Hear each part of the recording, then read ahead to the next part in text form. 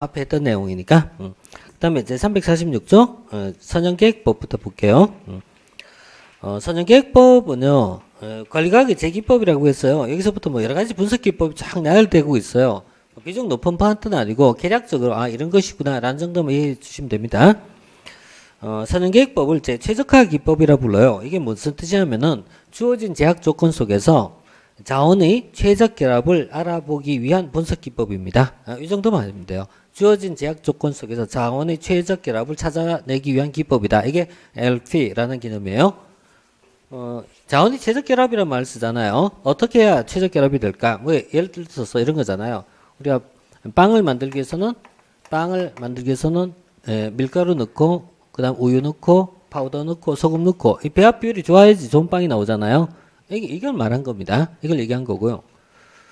우리 게임에서도 이거 참 많이 써요. 게임 중에 이제 옛날에 이제 국민 게임이라고 있었어요. 국민 게임 이른바 스타라고 있었어요. 스타는 두 가지 변수를 사용해요. 참 간단해요. 하나 미네랄과 하나 가스예요. 미네랄과 가스 이 결합 비율이 굉장히 중요하거든요. 이게 이쪽만 계속 해다 보면요. 계속 해다 보면 숫자는 200 채우는데 나중에 보면요. 싸워보지도 못하고 의학하고 다 죽어버려요. 탱크 한 방 맞으면 다 죽어 이거는. 근데 또 이것만 계속 해버리면요 유닛은 좋아지는데 숫자가 적어요 또. 어려운 얘기 하고 있어요 잠시. 자, 이 배합 비율이 핵심인 거예요 이게. 배합 비율. 근데 이론적으로 잘하는데 왜 안 되는지 모르겠어요.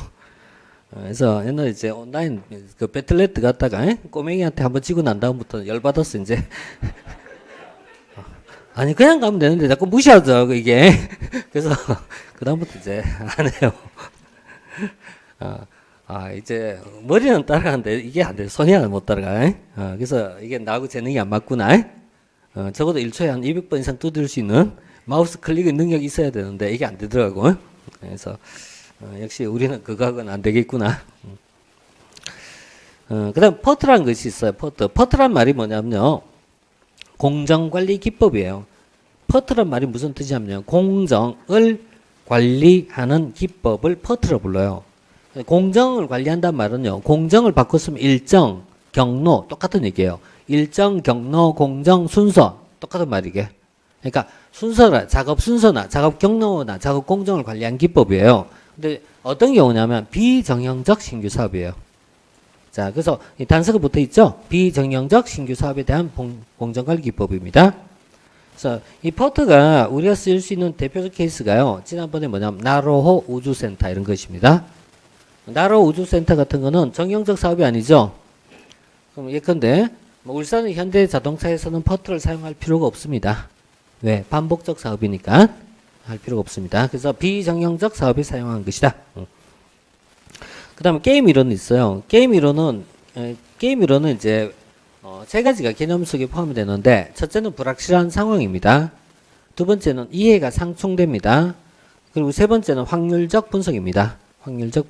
이것이 게임 이론입니다. 그래서 확률적 모형이라고 되어 있죠. 그래서 불확실한 상황 속에서 이해가 상충되었을 때 확률적으로 분석한 것이다. 이 게임 이론이에요. 게임 이론은 실제 많이 사용한 것이 게임에 많이 사용해요. 게임에. 그래서 게임에 보면은 이제 사실 확률이거든요. 게임이란 게. 예를 들어서 고스톱에, 그지? 고스톱에 또 뭐 고스톱 하니까 요즘 이제 이상 온라인 고스톱도 난 뭔 말이지 이해 안 되겠어요. 그래서 나는 안다. 뭐 첩복을 피하는 방법을 뭐 어쩌고 막 이렇게 나오던데 온라인 고스톱 그런 거 하지 마세요. 진짜. 고스톱은 사람하고만 쳐야 돼요. 그리고 이제 실전적으로 내가 이제 현금을 잃어봐야지. 이제 전투 의욕이 높아지고 게임 감이 높아집니다. 온라인에서는 아무리 따봤자 무슨 소용이 있습니까? 그런 거 하지 마세요. 하지 말고 사람하고 치세요. 명절 때 같이 한번 합시다. 자, 이게 이제 게임 이론이에요. 그러니까 상대방과 나의 관계잖아요. 상대방의 선택에 따라 나의 결정이 바뀌어지는 겁니다. 이 게임 이론입니다. 이 게임 이론 확장시키면요. 이 전략 시뮬레이션 게임에서 나올 수 있고 실전에 나올 수도 있어요. 근데 그 게임 중에 가장 유명한 이론이 있어요. 이것이 그 유명한 죄수의 딜레마 이론이에요. 죄수의 딜레마 이론, 이른바 수인의 딜레마 이렇게 표현하기도 해요. 사실 뭐 죄수의 딜레마라는 말이 정확한 표현은 못 될 것 같아요. 왜냐하면 용의자를 취조하는 과정에서 나온 거기 때문에 용의자의 딜레마가 더 정확할 것 같아요. 이걸 이제 한자로 쓰면 이렇게 써. 수인의 딜레마 이렇게 쓰기도 합니다. 그래서 용의자 두 명을 취조했을 때, 이 용의자 두 명의 A와 B가 서로 자백할까 안 할까 이걸 이제 경우의 수를 가지고 분석해 나간 것이죠. 근데 현실적으로 보면 어떻게 된다? 둘 다 자백할 가능성이 높다. 이것이 결론이에요. 그래서 결국 이 죄수의 딜레마 이론의 의미한 바는요, 개인의 최선의 선택이 모두의 최선의 선택을 가져오지 못한다라고 봐요. 그래서 개인적 합리성이 사회적 합리성을 달성하지 못한다라고 이렇게 결론이 도달해요. 개인적 합리와 사회적 합리 불일치를 설명한 이론이 죄수의 딜레마 이론인데, 이거하고 비슷한 이론을 우리 앞에서 공부한 적이 있어요. 공유지의 비극입니다. 공유지 비극. 똑같은 결론입니다. 그래서 공유지 비극이나 죄수 딜레마 이론은 다 같이 있죠. 다 같이 유명한 이론이에요. 그래서 개인의 최선이 전체의 최선이 되지 못한다. 결국 이 파트를 의미한 것은요, 시장 실패를 의미한 말이 돼요. 그래서 얘는 둘 다 어때요? 둘 다 시장 실패를 설명하는 이론으로 많이 사용되었다. 이렇게 보는 거죠. 죄수 딜레마 이론은요, 인터넷 검색해 보면요, 한 뭐 몇백 개의 논문 나옵니다. 제일 쉬운 거 아무거나 한번 읽어보세요. 시간 나면은. 이렇게 이제 보시면 되겠고요.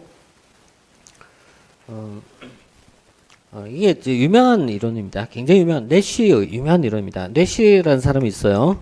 이 사람이 경제학에도 나오고요, 형법에도 나오고, 뭐 정치학에도 나오고, 뭐 팔방미인입니다. 안 나온 데가 없으니까요. 그래서 한번 이제 보십시오. 한번 내쉬의 일대기 영화 굉장히 재미난 거 하나 있어요. 뷰티풀 마인드. 그래서 명절 때 한번 한 감상해 보시죠. 뷰티풀 마인드. 야, 보고 나면요, 아주 감동이 좀 와요. 갑자기 수학 공부해 보고 싶어요. 수학이 막 땡겨요. 이거 보고 나면은. 아마 수치가 수학이 막 나와요, 그게. 한번 볼만해요. 자, 이게 이제, 죄수의 딜레마 이론이고요. 그 다음에, 뭐, 사실 뭐, 중요한 건 없으니까 지나가셔요. 그 다음, 대객열이라고 있어요. 대객열. 대객열은요, 시간마다 고객이 일정하지 않을 때, 그죠? 시간마다 고객의 수가 일정하지 않을 때, 대객열의 길이와 그 다음에 대기 시간을 통제하기 위한 시설 규모를 분석하는 기법을 대객열 이론이라고 불러요. 뭐 간단히 얘기하면 이런 얘기예요. 명절 때 고속도로 차량 정체가 시작돼요. 그럼 차량 정체를 없애기 위해서 뭐가 필요하다? 도로를 확장하면 돼요. 근데 도로를 확장하면 뭐가 들어가죠? 비용이 들어가죠. 근데 도로를 확장하지 않으면요, 차량 정체 비용이 들어가겠죠. 두 개를 분석한 것입니다. 그래서 차량 정체를 줄이기 위해서 어디까지 도로를 확대할까? 이거 분석한 이론이라고 보시면 돼요. 이걸 이제 대객열에 부르고요. 그 다음 뭐 시뮬레이션이라든가요, 시계열 분석 이런 것도 있고요. 회귀 분석이 있어요. 회귀란 말은요, 독립변수 한 단위 변화에 따른 종속변수 변화량을 찾고자 하는 것이다. 끝. 이렇게 보시면 돼요. 그 정도면 개념 잡고, 그 다음에 보충이 뭐 계층화 분석법이 있어요. 아주 뭐 시험에 한 번 나왔고 두 번 나오고 난 다음에 이거 중요하다 해서 봤더니 그 다음에 한 번도 안 나오죠. 이런 게 참 이제 허무하게 자꾸 만들어야지 진짜. 진짜 자주 나오지는 않고요. 그냥 이런 개념이 있다. 자, 이제 사절에서요, 미래측기법이 있어요. 이 사절, 미래측기법은 사실 뭐 단독의 하나의 절로 따지기에는 좀 작은 분량이에요. 그렇지만 출제 빈도가 높기 때문에 이 파트를 별도로 뽑았습니다. 여기서는 불확실성에 대한 대처 방안이라는 개념을 좀 이해하고 나서, 그 다음에 미래측기법의 구체적 내용을 바로 지켜야 할 건데, 일단 간단하게 적극적 대처와 소극적 대처란 말이 있어요. 이게 뭐냐면은, 불확실성을 우리가 대처한 방법에는 소극적, 적극적. 소극적이란 말은 불확실성은 주어진 것 이렇게 가정합니다. 소극적이라는 의미는 무슨 뜻이다? 불확실성은 주어진 것. 그럼 내가 불확실성을 바꿀 수 있다 없다? 없어요. 이건 이미 존재하는 것입니다. 그래서 내가 어떻게 할까? 이게 소극적 대처고요. 그 다음 적극적 대처란 말은요, 불확실성은 주어진 것이 아니다. 고로 불확실성 자체를 통제할 수 있다고 본 것입니다. 그래서 여기 보면 네 가지 방법이 있어요. 이걸 구분하는 문제가 나오면 상급 문제예요. 굉장히 상급 문제가 되고, 구분 안 하고 나오면 일반적 문제가 됩니다. 구분하는 문제가 들어갔을 때는 여기 보면은 이제 외부와의 흥정 협상이 있어요. 외부와 흥정 협상. 그리고 두 번째 나온 게요, 정보의 획득이라고 불러요. 정보의 획득. 정보의 획득. 그다음에 세 번째가요, 이론이나 모형의 개발이고, 네 번째가 분석 기법의 활용입니다. 이런 내용들이 여기 해당되고요. 다음 소극적 방법은 훨씬 더 많이 나오죠. 소극적 방법 중에서 중요한 것이, 자, 보수 결정 방식 1번. 그다음에 다섯 번째 복수 대안 여섯 번째 가외성. 가외성은 공부했죠? 가외성 했잖아요. 그다음에 또 하나가 표준화가 있어요. 표준화가 어느 정도 대처가 될 수 있어요. 그리고 한정적 합리성이라고 불러요. 한정이란 말씀, 한정. 총체란 말씀 틀려요. 이때 한정이란 말은 로컬이라는 개념이에요. 로컬. 국지적 이런 얘기예요. 지역적 이런 얘기예요. 자, 이런 내용이 있고요. 그 다음에 이거 말고 중간에 뭐 있잖아요. 뭐 악조건이 뭐 분기점 이런 거 있어요. 이런 거는 과거에 이제 7급 시험에서 살짝 한번 선보였다가 역시 갔던 내용들이고. 자, 그 다음에 불확실성하에서 의사결정 기준항목에서 네 가지가 있어요. 맥스부터 미니 이렇게 네 가지가 있는데 역시 시험에는 한 번도 출제된 적은 없어요. 역시. 그래서 일단 뭐 지나갈게요. 이것도. 그 다음에 기타 기준에 보시면은 다음에 후르비츠와 라플라스와 세비지 기준이라고 있어요. 이 중에 역시 라플라스가 아주 옛날에 한번 출제된 적이 있어요. 그 얘기는 다시 나올 확률은 별로 없다 이런 얘기가 똑같아요. 사실. 그래서 이런 내용들이 좀 들어가고요. 자, 그리고 나서 미래예측 기법이 있어요. 여기서부터 중요합니다. 근데 미래예측 기법에서는 불확실성에 대한 미래예측하는 방법으로서 결론적으로 얘기하면 세 가지만 이해해 주면 됩니다. 근데 그 전에 미래예측이라는 게 왜 필요하냐라는 이유부터 좀 이해해 놓고 좀 본론에 들어갈게요. 자, 미래라는 거는 우리가 인간인 미래를 알 수 없어요. 만약에 미래를 알 수 있다면은, 미래 알 수 있다면 어떨까요? 너무 행복할까요? 싫을 것 같아요. 미래, 그죠? 가끔씩 영화 보면 미래 예측하는 거 많이 나오잖아요. 미래 예측하는 사람들한테 끔찍할 것 같아요. 왜냐면 그 피할 수 있다면 괜찮은데 못 피한다면, 그죠? 그래서, 근데, 그러나, 그런 미래는 말고, 약간이라도 미래를 알면 누구나 좋을 거 아니겠습니까? 내일 내가 산 주식값이 오를 것이란 것만 알 수 있다면은, 그건 뭐, 그냥 떼돈 버는 거죠, 뭐, 그냥. 내일이 무슨 내일입니까? 5분 후만 알아도, 그죠? 5분 후만 알아도. 얼마나 좋을까? 그래서 미래의 불확실성이 있어요. 이 불확실성을 우리는 뭐냐면요, 줄이는 게, 피하는 게 중요합니다. 불확실성은요, 가능한 어때요? 감소시켜야 돼요. 불확실성을 감소하기 위해서 뭐가 필요하다? 미래를 예측하는 기법이 필요하거든요. 자, 불확실성을 줄이기 위하여, 불확실성을 감소하기 위하여 미래를 예측하는 기법이 필요한데, 이 미래를 예측하는 기법을 크게 두 틀로 설명할 수 있어요. 자, 첫째, 과학적, 이론적 예측 기법. 두 번째, 주관적, 직관적 예측 기법. 주관적, 직관적 예측 기법. 아래쪽에 표가 있죠? 표에다가 이렇게 메모하시면 돼요. 이때 이제 과학적, 이론적 예측 기법을요, 양적 기법이라고 불러요. 양적. 자, 주관적, 직관적 방법을 질적이라고 불러요.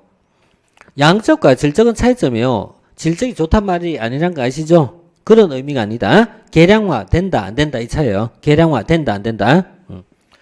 주관이나 직관은 계량화가 안 되는 파트거든요. 그래서 직관적, 주관적, 질적 기법. 자, 다시 과학적, 이론적 예측 기법은 두 가지가 있어요. 과학적, 이론적 기법은 첫째, 과거를 통하여 미래를 예측하는 방법. 과거를 통해서 미래를 예측하는 것. 연장적 예측 이렇게 불러요. 연장적 예측. 연장적 예측의 대표적 방식이요. 추세 분석이라든가 시계열 분석이 여기 들어가. 시계열 분석. 그 다음에 두 번째, 이론적 예측. 이걸 인과적이라고 봐요. 인과적이란 말 나오면 무조건 이론이라고 이해하시면 돼요. 이론적 예측 기법. 이론적 예측 기법. 이렇게 이제 설명합니다. 자, 일단 세 가지가 나옵니다. 세 가지. 첫째, 연장적 예측. 과거를 통해서. 두 번째, 인과적 예측. 이론적 모형을 통해서. 세 번째, 주관적, 직관적. 이렇게 감각적인 부분이 나와요. 이렇게 세 가지가 있어요. 그러면은, 문제에서 가장 초급형 문제는 다음 중 성격이 다른 것은 다음 중 어디에 있는가 있는 거예요. 근데 이거를 뭐 여기 보면 한두 개도 아니고요. 보면 이제 엄청나게 많이 나와요. 이거 다 알 수 없어요. 그걸 알 필요도 없고. 주관적, 직관적 방법, 그리고 연장적 예측 빼고 나머지 이겁니다. 공제입니다. 그러니까 이거하고 이거만 알면 이거 빠지는 거예요. 그럼 이건 또 어떻게 다 아냐 이거지. 그럼 얘는 주관적, 직관적 예측은 세 가지만 기억해 주면 돼요.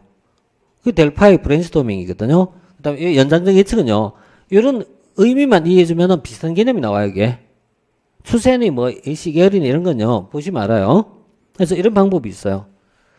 자, 그런데 그 다음에 이제 우리가 2차적으로 이 말을 이해하기 위해서 도대체 우리가 뭐 얘기하고 있습니까? 지금 이게 뭐 하는 겁니까? 라는 거 알아야 되잖아요.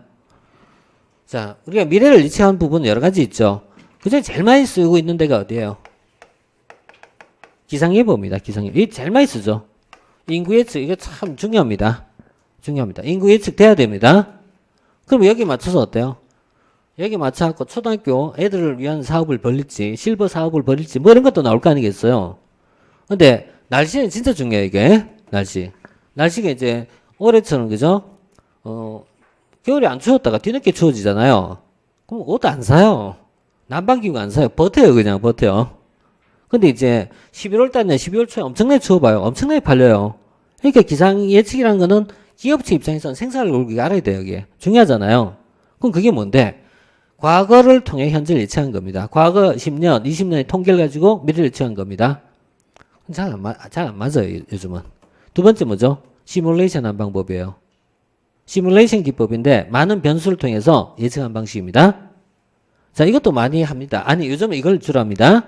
그러니까 옛날에 기상청은 첫 번째 방법을 많이 썼고요. 지금은 두 번째를 많이 쓰고 있어요. 그래서 최근엔 기상예보는 전부 다 퍼센트 확률로 계산하잖아요. 몇 퍼센트 이렇게, 그죠? 그리고 세 번째 뭐죠? 전문가의 입장, 직관입니다.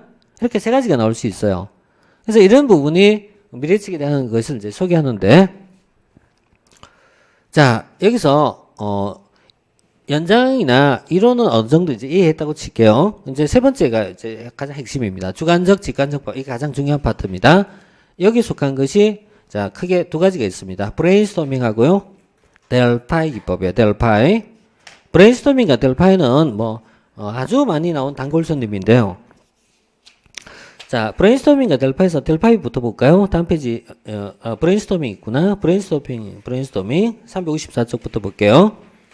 브레인스토밍은 제 기본적 개념이요. 브레인이 뭐예요? 머리잖아요. 머리에서, 브레인에서 스토밍, 폭풍일 정도로 아이디어를 쏟아내는 방법이에요.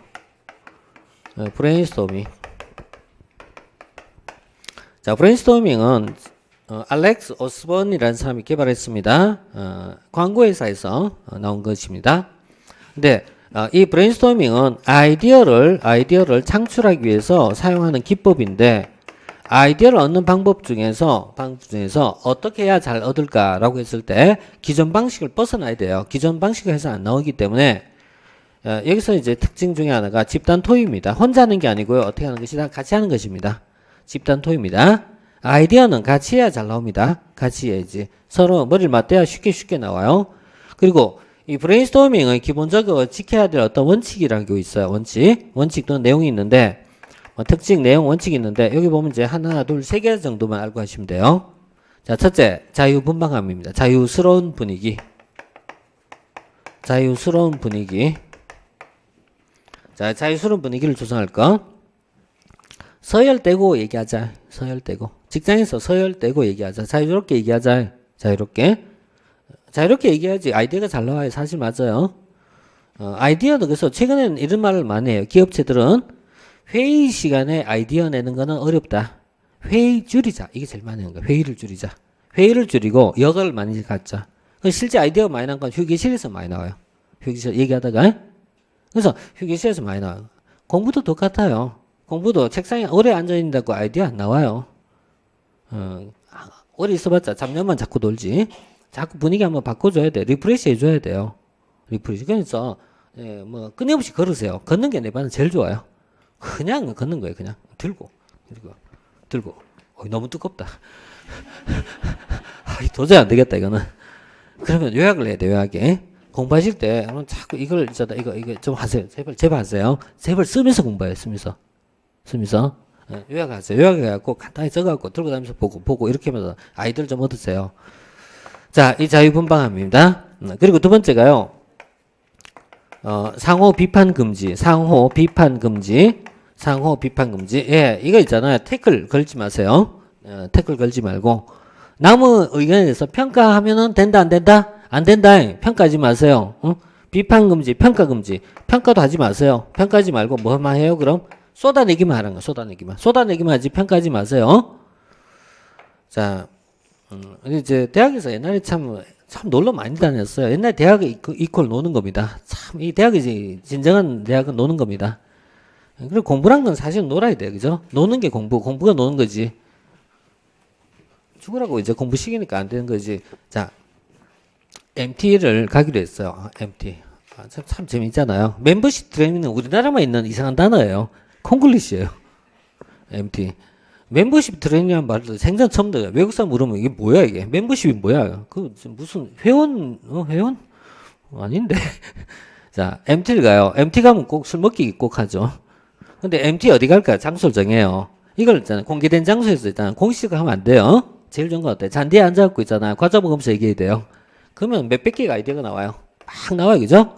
강화도 가자, 뭐, 속초 가자, 막 나와요. 속초 가니까 거리 멀어, 안 돼. 강화도 가니까 요즘 물 안 좋아. 뭔데, 지금? 이제 얘기하다 보니까 뭐, 저 대둔산 가자. 아, 그쪽은 요즘 보니까 끝났어. 뭔데, 그럼? 어떡하란 말이야? 이렇게 하면 절대 안 된다는 얘기예요. 자기 얘기만 쏟아내라. 그 다음에 가장 이제 또 하나 중요한 게요. 좋은 의견 필요 없어요. 많은 의견. 많은 의견. 다다익선입니다. 그래서 질보다 양을. 이 말은 많은 아이디어, 많은 아이디어가 중요한 아이디어가 아니라 중요하지 않더라도 많은 아이디어, 양이 중요하다. 양적인 것이 중요하다. 그래서 브레인스토밍은 그래서요. 양적 기법일까요? 질적 기법일까요? 그래서 이래갖고 이제 틀린 거죠. 질적 기법이라고 했잖아요, 이게. 질적이라고 했잖아요. 질적이에요. 무슨 양적은. 이건 많다는 얘기예요, 많다. 다다익선.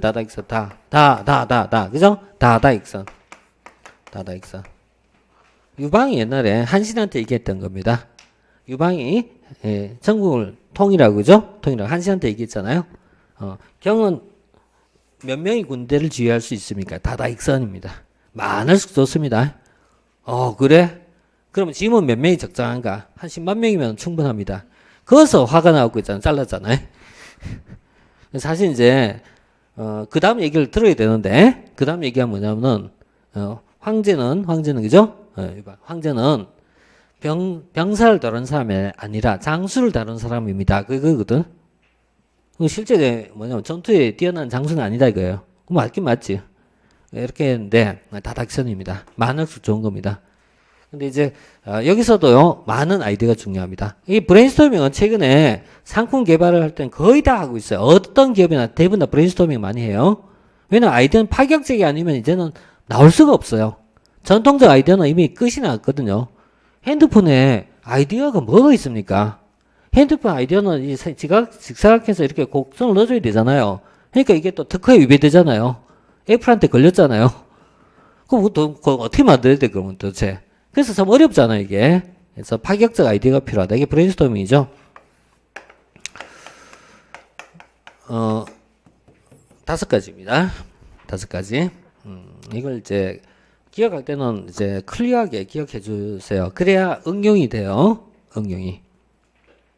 자, 그 다음에 델파이 볼게요. 델파이는 이제 이 델파이라는 것이 이제 그리스 로마 신화에 나온 델포이 신전에서 나온 얘기인데 랜드 연구소에서 이제 개발한 속에 나온 건데 델파이는 기존의 전통적인 회의 방식의 회의 기법의 단점을 보완하기 위해서 나왔어요. 그러니까 전통적 회의 기법의 단점이 있는데 얘를 보완하기 위해서 나왔어요. 그럼 전통적 회의 기법은 뭐냐 하면 많이 알려진 것이 우리가 이제 포럼이나 패널 회의 같은 것입니다. 패널 뭐 심포지엄 이런 거 있잖아요. 패널은 가장 많이 쓴 게 심야 토론입니다. TV 심야 토론 패널 회의가 있어요. 양쪽이 대표자 모임이죠. 대표자 모임인데 이런 패널 회의 같은 거는 미래 측으로는 부적절하다. 공개된 장소에서 대면적인 접촉을 하고 있기 때문에 얼굴을 맞대고 하고 있기 때문에 좀 감정적인 부분도 많이 실리고 체면도 의식할 수밖에 없어요. 그래서 결국은 이제 뒤에 갖고 한 판 이제 붙는 게 끝이죠. 한 판 붙고 이제 기분 안 좋게 해갖고 이제 오늘 끝내겠습니다. 이렇게 들어가는데 이거하고는 거리 멀죠. 그래서 이 델파이는 이런 부분을 없애기 위해서 자 여기 보면 3가지 또 4가지를 꼭 챙겨두시면 돼요. 가장 중요한 단어가요. 익명성이란 단어예요. 익명성. 그다음 뭐냐면 소수의 전문가에게 익명성으로 설문지 작성을 많이 하는 방식입니다. 설문지를 작성하는 방법인데 소수의 전문가 20, 30명 정도에게 물어봅니다. 이렇게 물어봅니다. 내년의 경기는 어떻겠습니까? 올 하반기 경기가 어떻겠습니까? 아니면 좀 더 어려운 거. 북한은 어떻게 대처할 것 같습니까? 북한은 수소 폭탄 진짜일까요? 뭐 이런. 그건 좀 그렇다, 그죠? 진짜일까? 이건 너무 유치하고, 그죠? 북한은 앞으로 어떤 식으로 대처할까? 이런 거. 이런 거 이제 물으면 되잖아요. 이런 거 우리가 앞에서 계량적으로 풀어갈 수 없잖아요. 이거 어떻게 풀어가요? 계량적으로. 그래서 이런 걸 묻습니다. 그러면은 여기 대해서 어떤 답이 나오겠죠? 그 답을 한 번에 끝내는 게 아니라 한 번, 두 번, 세 번 돌리는 겁니다. 이것을 반복, 통제된 환류라고 불러요. 반복과 통제된 환류라고 불러요. 환류란 말은 피드백한다라고 얘기해요. 본인에게 알려주고 또 2차적 설문을 해요. 그래서 설문을 3번이나 4번 이상 합니다. 보통은 뭐 서너 번 이렇게 하는데요. 3, 4회 정도 이걸 이제 반복해서 하다 보면은 어떤 결과가 나올 것이다. 이걸 가지고 보는 겁니다. 이게 중요합니다. 예를 들어서 있죠. 내년에 유가가요. 아니면 올 하반기에요. 올 하반기 유가가 올라갈 것 같아요? 떨어질 것 같아요? 이거 누구든 몰라요, 이거. 어떻게 알아요, 이거를? 통계적으로 못 잡아요, 이거는. 왜냐면 이거는 각 국가마다 전략적 게임이기 때문에요. 통계적으로 잡을 수 없어요, 이게. 전략적 게임. 누구나 왜 올라가는지는 알아요. 왜 떨어지는지는. 과잉 생산이잖아요. 과잉 생산이. 자, 과잉 생산이니까 다시금 공급은 많아요. 그런데 중국이 요즘 경기에 비실비실대고 있어요. 중국이 경기가 침체되니까 수요는 줄고 있잖아요. 공급 과잉이잖아요. 여기까지 누구나 다 아는 거예요. 하지만 앞으로 어떻게 될까라는 걸 예측한 건 정말 어려운 문제예요. 정말 어려운 문제예요. 그러니까 어떻게 대처할까 이건 알 수 없어요. 어떻게 갑자기 전쟁 터질지도 몰라요. 그럼 기분이 확 올라가는 거예요. 전쟁 터지면 어때요? 중도에서 전쟁 터지면 공급이 줄잖아요. 그러니까 확 뛰는 거예요. 그러니까 간단해요. 누가 이제 호르무즈 해협에다가 거기서 있잖아요. 지나간 유조선에다가 미사일 한 방만 쏴주면 돼요. 그럼 그 다음날 갑자기 유가가 팍 뛰기 시작해요. 이런 게 변수가 많잖아요. 알 수 없단 말이에요. 이런 걸 전문가에게 물어보는 겁니다. 그러면 어떤 식의 예측이 나오겠죠? 그래서 이걸 가지고 보는 건데 그럼 델파에는 굉장히 큰 장점이 있어요. 하지만 단점도 있어요. 한계점이 있죠. 문제점이 있죠. 자, 어떤 문제점이 있다? 자, 첫째. 전문가에게만 묻습니다. 전문가에만 묻다 보니까요. 의견의 다양성이 줄어드는 것입니다. 그래서 의견의 다양성이 줄고요. 다양성이 적고 참여가 적어요. 그 다음에 두 번째. 익명의 가장 큰 문제점이 있죠. 익명의 가장 큰 문제는 뭘까요? 자, 이건 똑같은 것이 인터넷에서 익명성하고 연결된 겁니다. 인터넷에서는 익명이 중요하다 또는요 공개해야 된다. 이 두 가지 논의가 지금까지 이어지고 있어요. 이게 여기 두 가지가 같이 들어간 거예요. 익명을 인한 어떤 자유라는 것이 필요하지만 또 하나는 어떤 무책임성을 인해서 문제가 되잖아요. 그 어느 이익이 더 클까요?라는 걸 형량해야 되잖아요. 어느 이익이 더 클지, 그죠? 그러니까 익명에 인한 이해와 이런 손해, 그다음 공개로 인한 부분과 공개되면 어때요? 언론의 자유가 많이 약화되죠. 그러니까 이런 문제가 형량의 문제인데 참 어려운 문제거든요. 어려운 문제인데 자 여기서는 우리가 델파이라는 과정에서 익명성 하다 보니까요 가장 큰 문제점이 있다. 뭐라고 했죠? 익명의 가장 큰 문제점은 책임성이 없다는 얘기죠. 책임성이 없다라는 문제점이 있어요. 그 다음에 세 번째는요. 설문지예요. 설문지란 거는 설문지는 만들기에 따라서 작성 방법이 응답에 영향을 주는 겁니다. 작성 방법이 응답에 영향을 줍니다. 다시 얘기하면 왜곡될 가능성이 높아요. 왜곡 가능성.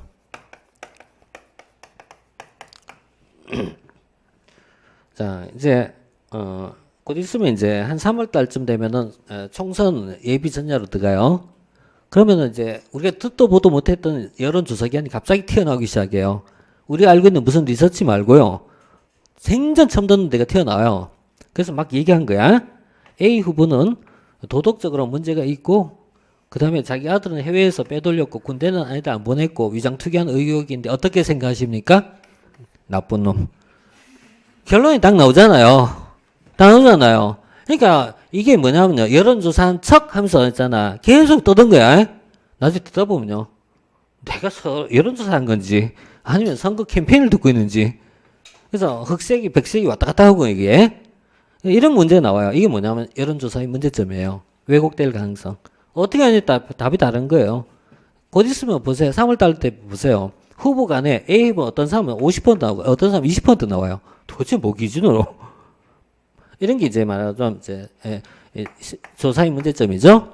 그 다음에 반복과 완료하다 보면 시간이 많이 걸려요. 시간이 엄청 많이 걸려요. 시간이 많이 걸리고요. 그 다음에 경우에 따라서는 어떤 것이 옳은 대답인지 알 수 없는 문제가 나올 수 있어요. 뭐냐면은 다수결의 횡포 같은 게 나올 수 있어요. 우리가 이제 설문지를 하다 보면요. 30명이 했는데 이 중에서 25명은 좋고 5명은 나쁘다고 했어요. 그럼 결론은 뭐냐면 25명에 따라서 나와요. 하지만 이게 항상 옳은 건 아닐 수 있거든요. 그래서 이런 문제가 나올 수 있어요. 그래서 이 델파이 문제점이 있다 보니까 이걸 극복할 필요가 있어요. 그래서 나온 것을 정책 델파이라고 부릅니다. 자, 그러면 일반 델파이가 나왔으면 일반 델파이 문제점이 있더라. 문제점이 있으니까 이걸 극복하기 위해서 나온 것이 필요하다. 이게 정책 델파이라고 불러요. 그럼 정책 델파이는 어떤 게 있을까? 두 개 이제 비교표가 있죠. 비교표가 있는데 비교표에서 이제 바로 좀 정리해 보시면은 일반 델파이는 일반적 문제에 대한 예측이라면은 정책 델파이는요. 정책 문제에 대한 예측입니다. 일반 델파이는 전문가만 중심으로 델파이를 합니다. 정책 델파이는요. 전문가뿐만 아니라 관계자를 참여시킵니다. 이해관계자, 흔히 말하는 정책 관계자를 참여시킵니다. 우리가 이제 개발 같은 거 할 때 제일 많이 나오는 문제점 같은 게 이런 거예요. 뭐 터널을 뚫거나,